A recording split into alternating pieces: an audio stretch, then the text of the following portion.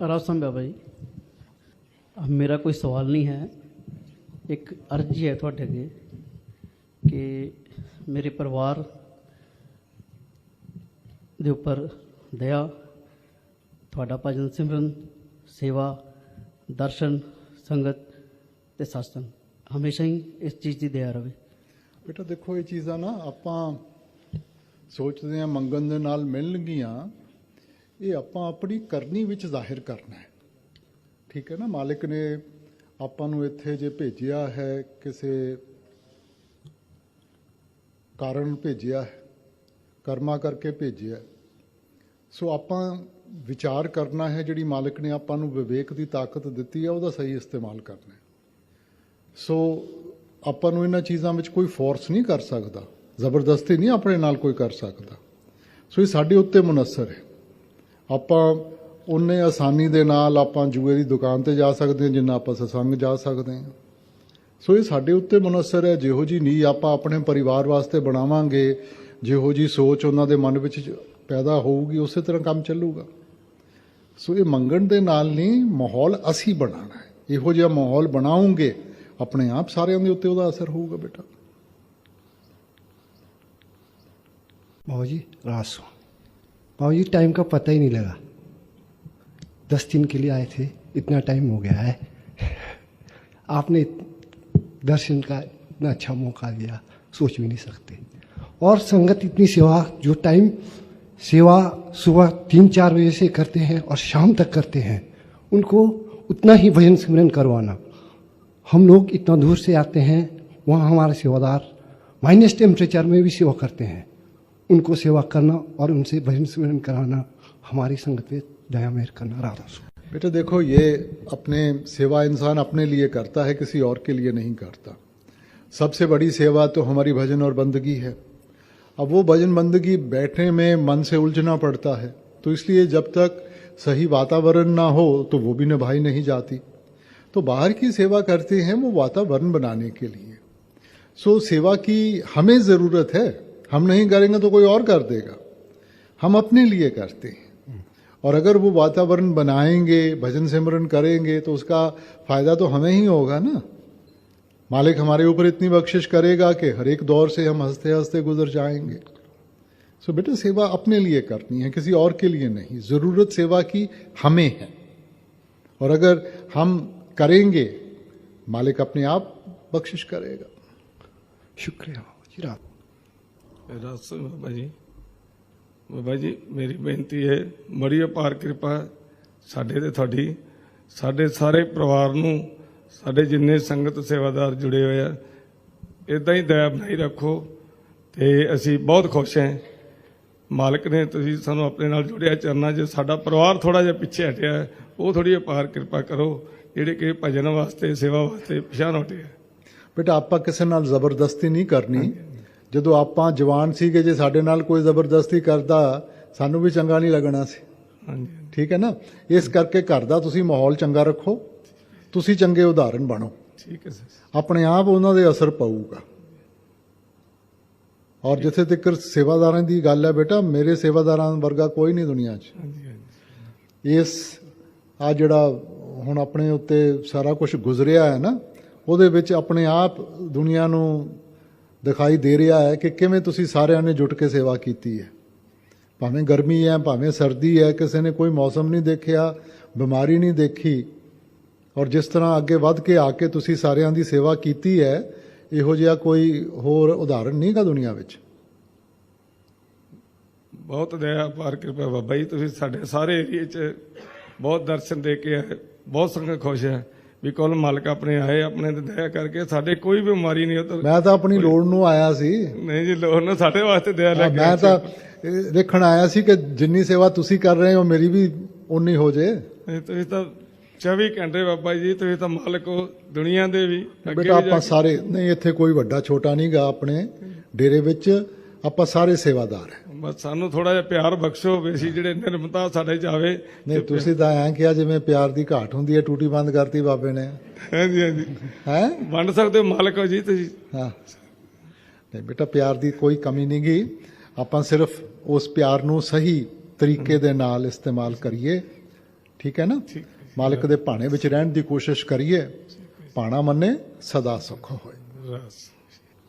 रासम बाबा जी, मैं सिर्फ जनाब से बात करने के लिए ही आया हूँ, मेरा कोई सवाल नहीं है। पर वैसे फिर बात करते सवाल पैदा हो जाता है कि मैं कोशिश कर रहा हूँ जो मुझे सबक दिया था, लेकिन पता नहीं ठीक हो रहा है कि नहीं हो रहा, ही नहीं पता लग रहा। बेटा हमने क्या लेना है, ठीक है कि नहीं है, हमने नहीं लेना। हमने तो भजन सिमरन करना है महाराज जी का हुक्म मान के। अगर हम हुक्म की पालना करेंगे, वो जिम्मेवारी उठाएंगे, अपने आप सब कुछ निभाएंगे। बाकी कुछ ऐसी नेचर है मेरी कि जहाँ भी मैं रहता हूँ सब लोग मेरे कुछ वो हो जाते हैं, अपोजिट हो जाते हैं। कोई फर्क नहीं पड़ता बेटा, हमने उसके घर में जूठा नहीं पड़ना। दुनिया अगर चार सलाहेंगे तो चार आपकी मुखालफत करेंगे। कोशिश करता हूँ मैं कि मैं अपने रास्ते पर जो मुझे बताया है आप सही करें, हाँ जी। मगर किसी का बोझ मत उठाएं कि वो अच्छा कह रहा है, बुरा कह रहा है। आप अपने तरफ से सही करें सबका। कुछ ऐसा अगेंस्ट हो जाते हैं, फिर समझ नहीं आता हमने क्या लेना बेटा।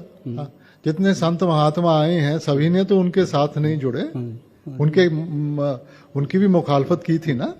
हाँ तो फिर बाकी मेरी तमन्ना पूरी हो गई बात करके। राधा स्वामी ਬਾਬਾ ਜੀ ਤੁਹਾਡਾ ਬਹੁਤ ਬਹੁਤ ਸ਼ੁਕਰੀਆ, ਤੁਸੀਂ ਇੰਨੀ ਵਧੀਆ ਫੈਮਿਲੀ ਦਿੱਤੀ ਹੈ। ਬਾਬਾ ਜੀ ਮੇਰੇ ਨਾਲ ਕਿਸੇ ਵੇਲੇ ਜਦੋਂ ਮੈਂ ਸੁੱਤਾ ਹੁੰਦਾ ਤਾਂ ਸੁਪਨੇ ਦੇ ਵਿੱਚ ਬਾਬਾ ਸਾਵਣ ਸਿੰਘ ਜੀ ਤੇ ਸਰਦਾਰ ਬਹਾਦਰ ਸਿੰਘ ਜੀ ਦੇ ਸਰੂਪ ਆਉਂਦੇ ਆ, ਤੇ ਇੰਜ ਲੱਗਦਾ ਜਿਵੇਂ ਉਹ ਗੱਲਾਂ ਵੀ ਕਰਦੇ ਹੁੰਦੇ ਆ, ਤੇ ਇੰਜ ਕਿਸੇ ਵੇਲੇ ਤਾਂ ਮੈਂ ਡਰ ਵੀ ਜਾਂਦਾ ਬਹੁਤ ਸਾਰਾ। ਇੰਜ ਕਿਉਂ ਹੁੰਦਾ ਬਾਬਾ ਜੀ, ਪਤਾ ਨਹੀਂ ਲੱਗਦਾ। बेटा सुपना ਹੁੰਦਾ है, सुपने उत्ते ज़्यादा सानू ध्यान नहीं देना चाहिए। चंगा सुपना है, खुश रहो। जे कोई इहो जी गल है तो भुल जाओ ਉਹਨੂੰ ਤੁਸੀਂ। ਹੁਣ ਜੇ ਸਾਡਾ ਪੁਰਾਣੇ ਜਨਮਾਂ ਦਾ ਕੋਈ ਸਾਥ ਹੋਵੇ, ਉਹਨਾਂ ਦਾ ਪ੍ਰਭਾਵ ਪਿਆ ਹੋਵੇ ਤਾਂ ਲਾਜ਼ਮੀ ਹੈ ਕਿ ਉਹ ਸਾਡੇ ਸਾਹਮਣੇ ਆਣਗੇ। ਮਗਰ ਬੇਟਾ ਸੁਪਨਾ ਆਂਦਾ ਸਾਡੇ ਸਬ ਕੌਨਸ਼ੀਅਸ ਮਾਈਂਡ ਤੋਂ। ਇਸ ਵਕਤ ਕੌਨਸ਼ੀਅਸ ਮਾਈਂਡ ਜਿਹੜਾ ਉਹਨੂੰ ਆਪਾਂ ਸਮਝ ਨਹੀਂ ਪਾਏ।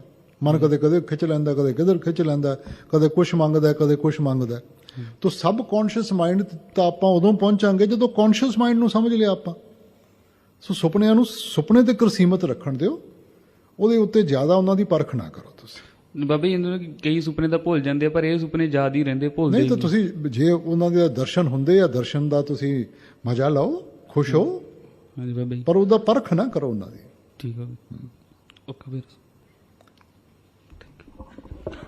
ਰਸਮ ਬਾਬੇ, ਰਸਮ ਬਾਬੇ ਸਿਮਰਨ ਤੇ ਬੈਠੀ ਦਾ ਨਾ ਬਾਬੇ, ਤੀਜੀ ਅੱਖ ਬਹੁਤ ਜ਼ਿਆਦਾ ਫੜਕਦੀ। ਬੇਟਾ ਉਹ ਜੇ ਆਪਾਂ ਉੱਥੇ ਜ਼ੋਰ ਦਿੰਦੇ ਆ ਨਾ ਤਾਂ ਹੁੰਦੀ ਹੈ। ਤੁਸੀਂ ਨਾ ਇਹਦੇ ਉੱਤੇ ਧਿਆਨ ਕਰੋ। ਆਪਾਂ ਤਾਂ ਸਿਰਫ ਖਿਆਲ ਇੱਥੇ ਰੱਖਣਾ ਹੈ, ਜ਼ੋਰ ਨਹੀਂ ਲਾਣਾ। ਅਸੀਂ ਸੋਚਦੇ ਹਾਂ ਕਿ ਸਾਡੇ ਜ਼ੋਰ ਲਾਉਣ ਦੇ ਨਾਲ ਜਾਂ ਸਾਡੇ ਖਿੱਚਣ ਦੇ ਨਾਲ ਕੋਈ ਸੁਰਤ ਜ਼ਿਆਦਾ ਚੜੂਗੀ, ਨਹੀਂ ਚੜੂਗੀ, ਸਗੋਂ ਰੁਕਾਵਟ ਆ ਜੂਗੀ ਵਿੱਚ।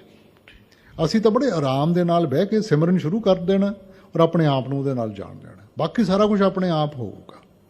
ਤੁਹਾਡੇ ਜ਼ੋਰ ਦੇ ਨਾਲ ਜ਼ਿਆਦਾ ਨਹੀਂ ਸੁਰਤ ਚੜਨ ਲੱਗੀ, ਸਗੋਂ ਉਹਦੇ ਨਾਲ ਇੱਕ ਮੈਂਟਲ ਬਲੌਕ ਹੋ ਜਾਂਦਾ ਹੈ, ਰੁਕਾਵਟ ਆ ਜਾਂਦੀ ਹੈ। ਤੁਸੀਂ ਤਾਂ ਬੜੇ ਆਰਾਮ ਦੇ ਨਾਲ ਸਿਮਰਨ ਸ਼ੁਰੂ ਕਰੋ ਔਰ ਬਸ ਜਾਣ ਦਿਓ ਆਪਣੇ ਆਪ ਨੂੰ ਉਹਦੇ ਨਾਲ। ਜਿਹੜੇ ਪ੍ਰਕਾਸ਼ ਆਉਂਦਾ ਜੀ ਫਿਰ ਉੱਥੇ ਹੀ ਧਿਆਨ ਚੱਲ ਜਾਂਦਾ ਮੁੜ ਕੇ। ਹਾਂ ਤਾਂ ਚੰਗੀ ਗੱਲ ਹੈ ਬੇਟਾ, ਪ੍ਰਕਾਸ਼ ਨੂੰ ਦੇਖਦੇ ਰਹੋ, ਉਹਦੇ 'ਚੋਂ ਆਨੰਦ ਲਓ।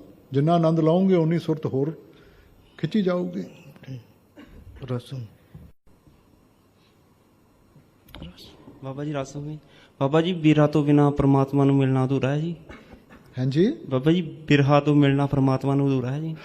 ਬੇਟਾ ਜੇ ਵਿਰਹਾ ਨਹੀਂ ਹੋਊਗੀ ਤਾਂ ਕਸ਼ਿਸ਼ ਕਿੱਥੋਂ ਆਊਗੀ। ਹਾਂਜੀ ਦੇਖੋ ਦੁਨੀਆ ਵਿੱਚ ਜੋ ਵੀ ਇਨਸਾਨ ਚਾਹੁੰਦਾ ਹੈ, ਕਰਦਾ ਹੈ, ਕੋਈ ਲੋੜ ਮਹਿਸੂਸ ਹੁੰਦੀ ਹੈ ਤਾਂ ਵੱਧਦਾ। ਹੁਣ ਜੇ ਮੈਨੂੰ ਲੋੜ ਹੈਗੀ ਆਪਣੇ ਜਿਸਮ ਨੂੰ ਸਾਫ਼ ਸੁਥਰਾ ਰੱਖਣ ਦੀ ਤਾਂ ਹੀ ਮੈਂ ਨਹਾਉਂਦਾ ਜਾ ਕੇ, ਨਹੀਂ ਤਾਂ ਕਾਹਦੇ ਵਾਸਤੇ ਨਹਾਊਂਗਾ। ਮੈਨੂੰ ਪੇਟ ਦੀ ਭੁੱਖ ਲੱਗੀ ਵੀ ਹੈ ਤਾਂ ਹੀ ਜਾ ਕੇ ਮੈਂ ਰੋਟੀ ਖਾਂਦਾ। ਸੋ ਉਸੇ ਤਰ੍ਹਾਂ ਬੇਟਾ ਇਸ ਰਿਸ਼ਤੇ ਵਿੱਚ ਵੀ ਜਿੰਨਾ ਚਿਰ ਵਿਰਹ ਨਹੀਂ ਹੋਊਗੀ ਤਾਂ ਕਸ਼ਿਸ਼ ਕਿੱਥੋਂ ਆਊਗੀ ਮਾਲਕ ਦੇ ਮਿਲਾਪ ਦੀ। ਹਾਂਜੀ ਸੋ ਇਸੇ ਕਰਕੇ ਸ਼ੇਖ ਫਰੀਦ ਨੇ ਕਿਹਾ ਸੀ ਵਿਰਹ ਵਿਰਹ ਆਖੀਏ ਵਿਰਹ ਤੂੰ ਸੁਲਤਾਨ, ਕਿ ਪਰਮਾਰਥ 'ਚ ਸਭ ਤੋਂ ਜਿਹਦੇ ਮਾਲਿਕ ਉਹ ਬਖਸ਼ਿਸ਼ ਕਰਨਾ ਚਾਹੁੰਦਾ ਹੈ ਨਾ ਉਹਨੂੰ ਵਿਰਹ ਦੇ ਦਿੰਦਾ। ਬਾਬਾ ਜੀ ਤੜਫ ਤਾਂ ਹੈਗੀ, ਪਰ ਆਪਾਂ ਕੀ ਕਰ ਸਕਦੇ ਹਾਂ। ਬੇਟਾ ਆਪਾਂ ਆਪਣੇ ਵੱਲੋਂ ਭਜਨ ਸਿਮਰਨ ਕਰ ਸਕਦੇ ਹਾਂ। ਆਪਾਂ ਬੈਠੀਏ। ਬਾਬਾ ਜੀ ਨਾਮਦਾਨ ਦੀ ਬਖਸ਼ਿਸ਼ ਨਹੀਂ ਹੈ ਨਾਮਦਾਨ ਦੀ ਨਹੀਂ ਬਖਸ਼ਿਸ਼ ਬੇਟਾ, ਨਾਮਦਾਨ ਤਾਂ ਚਲੋ ਜਦੋਂ ਹੋਊਗਾ ਉਦੋਂ ਕਰ ਲਾਂਗੇ ਆਪਾਂ, ਮਗਰ ਹੋਰ ਕਿੰਨੀਆਂ ਚੀਜ਼ਾਂ ਜਿਹੜੀਆਂ ਆਪਾਂ ਕਰ ਸਕਦੇ ਹਾਂ। ਆਪਾਂ ਮਾਹੌਲ ਤਾਂ ਬਣਾਈਏ। ਹਾਂਜੀ ਜਿੰਨਾ ਚਿਰ ਮਾਹੌਲ ਨਹੀਂ ਹੋਊਗਾ ਤਾਂ ਆਪਾਂ ਕਿਵੇਂ ਨਿਭਾਵਾਂਗੇ ਬੇਟਾ? ਹਾਂਜੀ ਹੁਣ ਕਿਸੇ ਨੇ ਨਾਮਦਾਨ ਲੈ ਲਿਆ, ਮਾਹੌਲ ਬਣਾਇਆ ਨਹੀਂਗਾ, ਉਹ ਨਿਭਾ ਸਕੂਗਾ? ਤੇ ਜੇ ਮਾਲਕ ਨੇ ਆਪਾਂ ਨੂੰ ਪਹਿਲਾਂ ਸੋਝੀ ਦੇਤੀ ਤਾਂ ਆਪਾਂ ਮਾਹੌਲ ਬਣਾਵਾਂਗੇ, ਨਾਮਦਾਨ ਮਿਲੂਗਾ, ਸਗੋਂ ਤਰੱਕੀ ਜਲਦੀ ਹੋਊਗੀ ਆਪਣੀ। ਹਾਂਜੀ ਬਾਬਾ ਜੀ, ਪਰਿਵਾਰ ਔਰ ਮੇਰੇ ਤੇ ਮੇਰੇ ਪਰ ਹੱਥ ਰੱਖਣਾ। ਰਸ ਬਾਬਾ ਜੀ ਮੈਨੂੰ ਗਰੀਬ ਨੂੰ ਸੱਚ ਦਾ ਦਾਨ ਦਿਓ।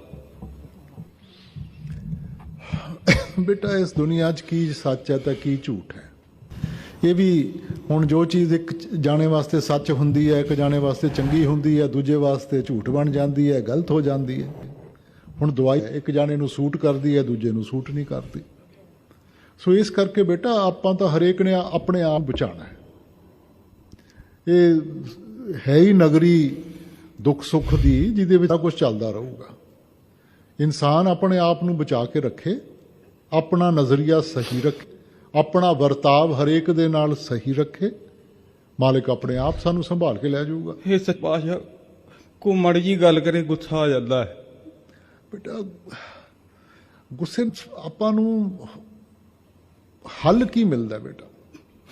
ਸੱਚੇ ਪਾਤਸ਼ਾਹ ਇਹ ਮਨ ਬਹੁਤ ਸਦਾ ਹੈ।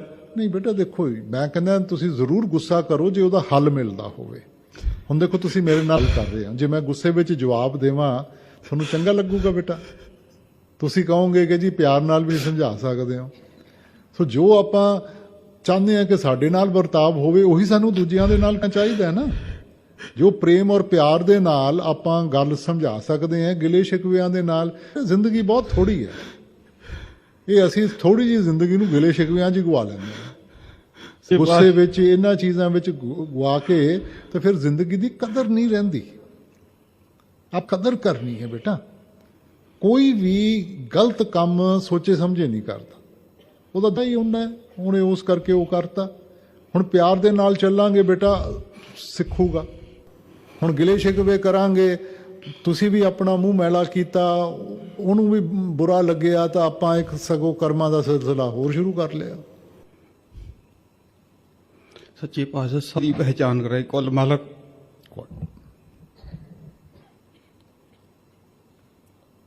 ਰਾਮ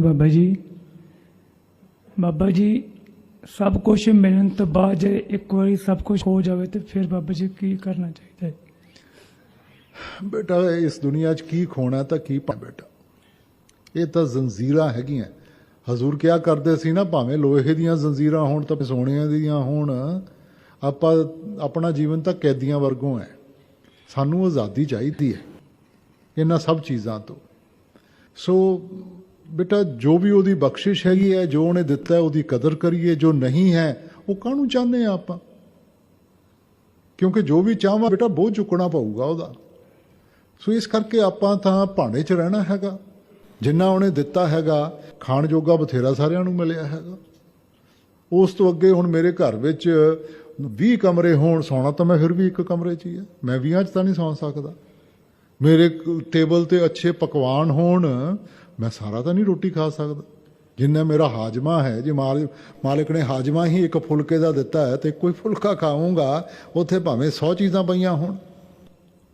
ਸੋ ਆਪਣਾ ਦਾਇਰਾ ਦੇਖ ਕੇ ਬੇਟਾ ਉਹਦੇ ਵਿੱਚ ਖੁਸ਼ ਰਹੋ। ਇਹ ਜ਼ਿਆਦਾ ਮੰਗ ਕੇ ਬੋਝ ਵੀ ਵਧੂਗਾ ਔਰ ਸਾਡੇ ਤੋਂ ਚੁੱਕਿਆ ਨਹੀਂ ਜਾਣਾ। ਬਾਬਾ ਜੀ ਜਦੋਂ ਮੇਰੇ ਮੰਮੀ ਪਾਪਾ ਦੀ ਡੈਥ ਹੋ ਚੁੱਕੀ ਹੋਈ ਹੈ ਔਰ ਮੇਰੇ ਵਾਈਫ ਔਰ ਮੇਰੇ ਬੱਚਿਆਂ ਦਾ ਮੈਨੂੰ ਹਜੇ ਤੱਕ ਨਹੀਂ ਪਤਾ ਵੀ ਉਹ ਕਿੱਥੇ ਹੈਗੇ ਨੇ, ਤੇ ਮੈਂ ਨਾਮਦਾਨ ਹੋਇਆ, ਤੇ ਮੈਨੂੰ ਲੋਕੀ ਇਹ ਗੱਲ ਕਹਿੰਦੇ ਨੇ ਵੀ ਤੂੰ ਨਾਮਦਾਨ ਲਿੱਤਾ ਹੋਇਆ ਵਾ, ਤੂੰ ਸੇਵਾ ਤੇ ਜਾਣਾ ਵਾ, ਵੀ ਤੇਰੇ ਨਾਲ ਇੰਨਾ ਕੁਛ ਹੋ ਜਾਵਾ, ਵੀ ਤੂੰ ਡੇਰੇ ਕੀ ਕਰਨ ਜਾਣਾ ਵਾ। ਬਾਬਾ ਜੀ ਮੈਨੂੰ ਇਸ ਚੀਜ਼ ਦਾ ਮੇਰੇ ਕੋਲ ਜਵਾਬ ਨਹੀਂ ਹੈਗਾ। ਆਪਾਂ ਕਿਉਂ ਬੇਟਾ ਪਰਮਾਰਥ ਵੱਲ ਵੱਧਦੇ ਹਾਂ? ਜਿਸ ਅਵਸਥਾ ਵਿੱਚ ਇਹੀ ਬੇਨਤੀ ਕੀਤੀ ਜਾਂਦੀ ਹੈ, ਮਾਲੇ ਜਿਸ ਅਵਸਥਾ ਵਿੱਚ ਆਪਾਂ ਨੂੰ ਰੱਖਿਆ ਹੈ ਉਹ ਕਰਮਾ ਕਰਕੇ ਰੱਖਿਆ। ਠੀਕ ਹੈ, ਹੁਣ ਹਰੇਕ ਦੇ ਕਰਮੋਂ ਆਪੋ ਆਪਣੀ ਕੇ ਨੇੜੇ ਕੇ ਦੂਰ, ਸਾਰਿਆਂ ਦੇ ਆਪਣੇ ਆਪਣੇ ਹੈ। ਆਪਾਂ ਪਰਮਾਰਥ ਵਿੱਚ ਕੁਝ ਲੈਣ ਵਾਸਤੇ ਨਹੀਂ ਆਏ, ਆਪਾਂ ਪਰਮਾਰਥ ਵਿੱਚ ਦੇਣ ਵਾਸਤੇ ਆਏ। ਸਾਡੇ ਉੱਤੇ ਬੋਝ ਹੈ। ਹੁਣ ਜੇ ਮੇਰੇ ਉੱਤੇ ਬੋਝ ਹੈ, ਮੈਂ ਚਾਹੂੰਗਾ ਬੋਝ ਨੂੰ ਹਲਕਾ ਕਰਨਾ ਜਾਂ ਬੋਝ ਨੂੰ ਵਧਾਉਣਾ। ਅਸੀਂ ਆਪਣੇ ਵੱਲੋਂ ਕੋਈ ਗਲਤੀ ਨਾ ਕਰੀਏ, ਆਪਣੇ ਵੱਲੋਂ ਸਹੀ, ਸਾਰਿਆਂ ਨਾਲ ਸਹੀ ਚੱਲੀਏ। ਹੁਣ ਬਾਕੀ ਕੋਈ ਸਾਥ ਨਿਭਾਉਂਦਾ ਹੈ, ਨਹੀਂ ਨਿਭਾਉਂਦਾ, ਕੀ ਉਹਨੇ ਰਿਸ਼ਤਾ ਰੱਖਣਾ ਹੈ, ਬੇਟਾ ਇਹ ਤਾਂ ਉਹਨਾਂ ਦੇ ਉੱਤੇ ਮੁਨੱਸਰ ਹੈਗਾ। ਹੁਣ ਆਪਾਂ ਕੀ ਸੋਚਦੇ ਹਾਂ ਕਿ ਬਈ ਜੋ ਪਰਮਾਰਥ ਵਿੱਚ ਆ ਗਿਆ ਉਹਦੇ ਨਾਲ ਕੋਈ ਦੁੱਖ ਨਹੀਂ ਹੋਣਾ ਚਾਹੀਦਾ। ਬਟ ਪਰਮਾਰਥ ਚ ਆਏ ਕਿਉਂ ਹੈ ਕਿ ਕਰਮਾਂ ਦਾ ਹਿਸਾਬ ਕਿਤਾਬ ਖਤਮ ਕਰੀਏ। ਕਰਮ ਹਿਸਾਬ ਕਿਤਾਬ ਤਾਂ ਹੀ ਖਤਮ ਹੋਊਗਾ ਜਦੋਂ ਅਸੀਂ ਕਰਮਾਂ ਦਾ ਇਹ ਸਭ ਨਿਪਟਾਰਾ ਕਰਾਂਗੇ ਨਾ। ਜੇ ਆਪਾਂ ਕੋਈ ਗਲਤ ਕੀਤਾ ਹੈਗਾ ਤਾਂ ਸਾਨੂੰ ਵੀ ਉਹਦਾ ਹਿਸਾਬ ਕਿਤਾਬ ਦੇਣਾ ਪਊਗਾ। ਇਹ ਤਾਂ ਕਦੇ ਵੀ ਨਹੀਂ ਆਪਾਂ ਨੂੰ ਦੱਸਿਆ ਗਿਆ ਕਿ ਜੀ ਜਿੱਦਣ ਤੁਸੀਂ ਨਾਮ ਲੈ ਲਿਆ ਤਾਂ ਬਸ ਅੱਗੇ ਤੋਂ ਜ਼ਿੰਦਗੀ ਤੁਹਾਡੀ ਸੁਖੀ ਹੋਊਗੀ। ਸੋ ਬੇਟਾ ਆਪਾਂ ਤਾਂ ਦੁਨੀਆ ਦਾ ਸਾਹਮਣਾ ਕਰਨਾ ਹੈ, ਆਪਾਂ ਕਰਮਾਂ ਦਾ ਸਾਹਮਣਾ ਕਰਨਾ ਹੈ। ਬਾਬਾ ਜੀ ਜਦੋਂ ਆਪਾਂ ਤੇ ਬਹਿਣਾ ਵਾ ਤੇ ਉਦੋਂ ਇਹੀ ਚੀਜ਼ਾਂ ਬੈਕਗਰਾਉਂਡ ਹਾਂ ਉਹ ਵੀ ਲਾਜ਼ਮੀ ਆਉਣਗੀਆਂ ਬੇਟਾ। ਅਗਰ ਆਪਾਂ ਜੇ ਆਪਣਾ ਧਿਆਨ ਪਰਮਾਰਥ ਦੇ ਉੱਤੇ ਰੱਖਾਂਗੇ, ਆਪਣੇ ਸਿਮਰਨ ਦੇ ਉੱਤੇ ਰੱਖਾਂਗੇ, ਮਾਲਕ ਤਾਕਤ ਬਖਸ਼ੂਗਾ ਕਿ ਅਸੀਂ ਤੋਂ ਅੱਗੇ ਉੱਤੇ ਉੱਠ ਸਕੀਏ ਬੇਟਾ। ਬਾਬਾ ਜੀ ਜਾਂ ਤਾਂ ਆਪਾਂ ਕਹੀਏ ਨਾ ਕਿ ਜਿਹੜੇ ਆਪਣੇ ਸੰਤ ਮਤ ਵਿੱਚ ਨਹੀਂ ਆਏ ਉਹਨਾਂ ਨੂੰ ਕਦੇ ਦੁੱਖ ਨਹੀਂ ਹੁੰਦਾ। ਇਹ ਦੁੱਖ ਸੁੱਖ ਤਾਂ ਸ੍ਰਿਸ਼ਟੀ ਦਾ ਹਿੱਸਾ ਹੈ ਜੀ ਬਾਬਾ ਜੀ। ਪਰਮਾਰਥ ਵਿੱਚ ਆਏ ਹੈ ਕਿ ਸਾਨੂੰ ਅੰਦਰੋਂ ਇੰਨੀ ਤਾਕਤ ਮਿਲ ਜਾਵੇ। ਇਹ ਨਹੀਂ ਕਿ ਦੁਨੀਆ ਨੇ ਤੁਹਾਡੀ ਬਦਲ ਜਾਣਾ ਹੈਗਾ। ਨਾਮ ਲੈ ਕੇ ਦੁਨੀਆ ਨੇ ਨਹੀਂ ਬਦਲਣਾ, ਤੁਹਾਡੇ ਕਰਮਾਂ ਨੇ ਨਹੀਂ ਬਦਲਣਾ। ਨਾਮ ਲੈ ਕੇ ਅੰਦਰੋਂ ਹਿੰਮਤ ਜ਼ਰੂਰ ਮਿਲ ਜੂਗੀ ਕਿ ਆਪਾਂ ਸਾਹਮਣਾ ਕਰ ਸਕੀਏ। ਜੀ ਬਾਬਾ ਹਾਂ ਰਾਧਾ स्वामी ਬਾਬਾ ਜੀ ਮਤਲਬ ਕਰੋਨਾ ਦੀ ਕਰਕੇ ਅਸੀਂ ਕੋਈ ਚੰਗੇ ਕਰਮ ਕੀਤੇ ਆ ਜੋ ਇੱਥੇ ਬਿਆਸ 'ਚ ਸੇਵਾ 'ਚ? ਇਹ ਤਾਂ ਤੁਸੀਂ ਦੱਸੋ। ਡਾਕਟਰ ਕੋਲੇ ਕੌਣ ਜਾਂਦਾ, ਮਰੀਜ਼ ਜਾਂਦਾ ਕਿ ਚੰਗਾ ਭਲਾ ਜਾਂਦਾ ਹੈ? ਨਹੀਂ ਬਾਬਾ ਜੀ ਇਹ ਬਾਸ ਪਹਿਲਾਂ ਮੇਰੀ ਗੱਲ ਦਾ ਜਵਾਬ ਤਾਂ ਦੇ। ਬਿਮਾਰ ਆਦਮੀ ਜਾਂਦਾ ਹੈ ਨਾ। ਹਾਂਜੀ ਹਾਂ ਤਾਂ ਫਿਰ ਆਪਾਂ ਵੀ ਕਿਸੇ ਡਾਕਟਰ ਕੋਲੇ ਹੀ ਆਏ ਆ ਇੱਥੇ ਆਪਣੇ ਆਪ ਨੂੰ ਬਚਾਉਣ ਵਾਸਤੇ, ਆਪਣੇ ਆਪ ਨੂੰ ਠੀਕ ਕਰਨ ਵਾਸਤੇ। ਸੋ ਇਹਨੂੰ ਚੰਗਾ ਮੰਨੋ ਜਾਂ ਮਾੜਾ ਮੰਨੋ ਬੇਟਾ। ਠੀਕ ਹੈ ਬਾਬਾ ਜੀ। ਰਾਧਾ स्वामी ਬਾਬਾ ਜੀ ਕਿਰਪਾ ਦ੍ਰਿਸ਼ਟੀ ਬਣਾਏ ਰੱਖਣਾ Baba ji. Baba ji, in the morning time, in spite of brushing my teeth and sprinkling water on my face, even then I fell asleep and I haven't managed even for a single day to meditate in the morning. And after that I feel a lot of guilty that I haven't managed in the morning, because in the satsang we are told that it's better to sit in meditation in the morning time. Then what else shall I do to First, sister, you create the habit of sitting down. Yeah. Okay?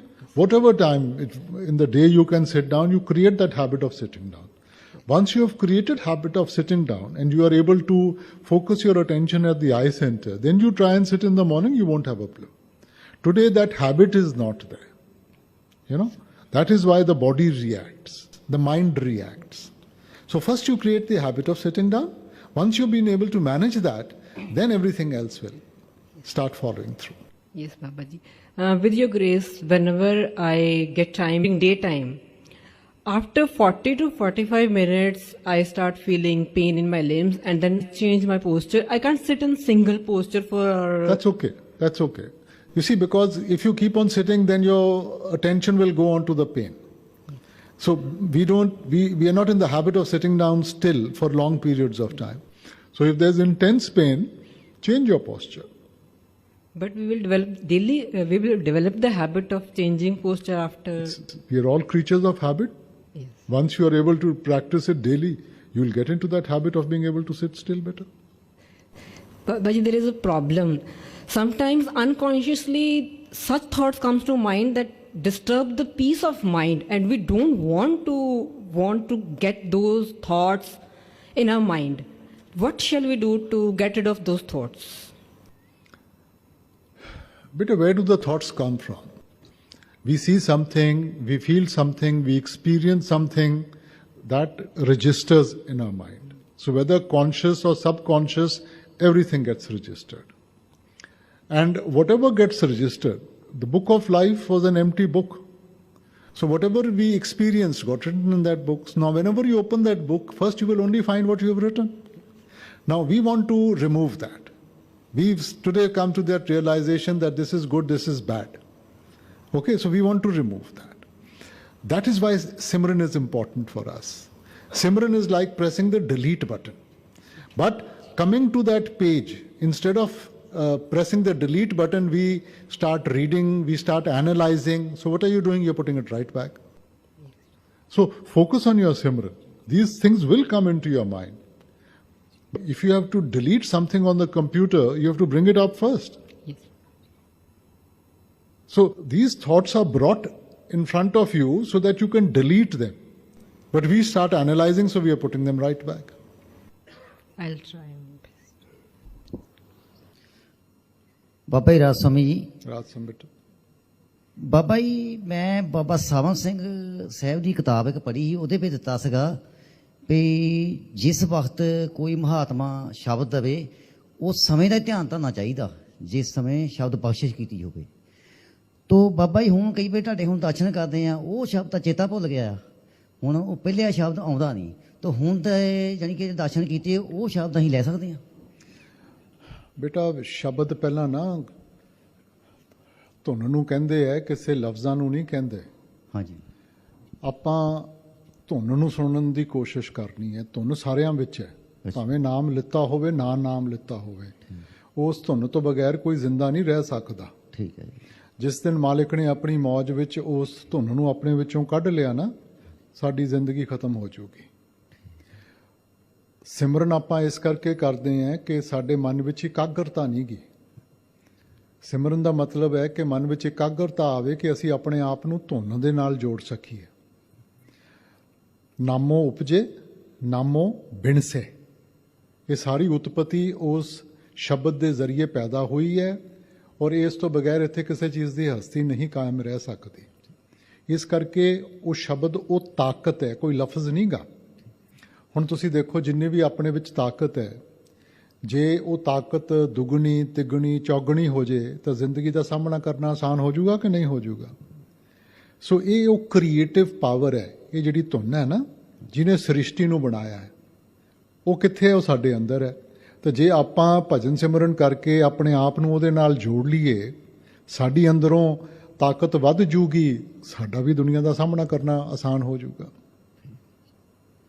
ਤਾਂ ਬਾਬਾ ਜੀ ਦੂਸਰਾ ਸਵਾਲ ਮੇਰਾ ਇਹ ਹੈ ਜੀ, ਅਸੀਂ ਪੇਂਡੂ ਲੋਕ ਹਾਂ, 10 ਕੁ ਸਾਲ ਹੋ ਗਏ ਅਸੀਂ ਦੇਖਦੇ ਸੀ ਵੀ ਜੋ ਪਿੰਡਾਂ ਵਿੱਚ ਬੋਲਦੇ ਆ ਉਹਨਾਂ ਦੇ ਮੂੰਹਾਂ ਛਿਕਲੀਆਂ ਪਾਈਆਂ ਹੁੰਦੀਆਂ ਸੀ।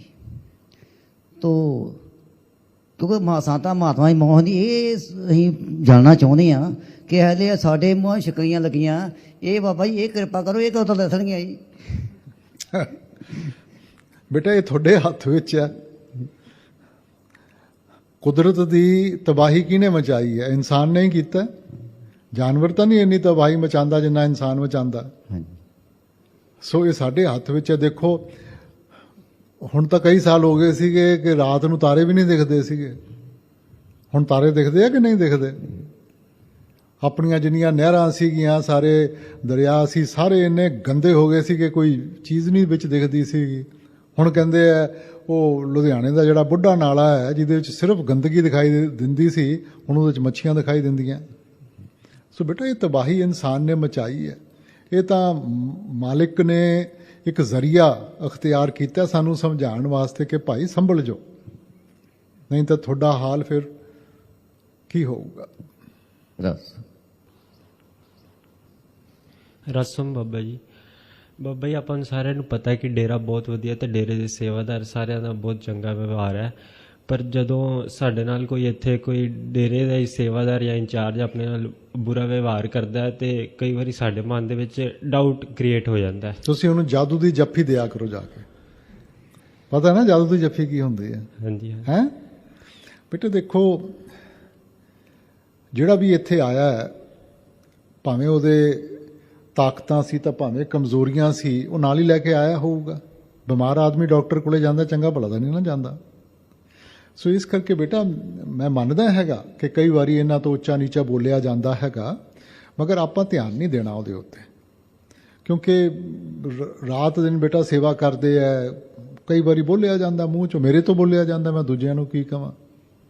ਸੋ ਇਸ ਕਰਕੇ ਤੁਸੀਂ ਤਾਂ ਇਹ ਹੀ ਅਪਣਾਓ, ਜਦੋਂ ਕੋਈ ਤੁਹਾਨੂੰ ਕੋਈ ਡਾਂਟ ਮਾਰਦਾ ਸਮਥਿੰਗ, ਕਹੋ ਜੀ ਮੈਂ ਤਾਂ ਜਾਦੂ ਦੀ ਜੱਫੀ ਪਾਣੀ ਹੈ, ਆਪਣੇ ਆਪ ਸਾਰੇ ਗਿਲੇ ਸ਼ਿਕਵੇ ਖਤਮ ਹੋ ਜਾਣਗੇ।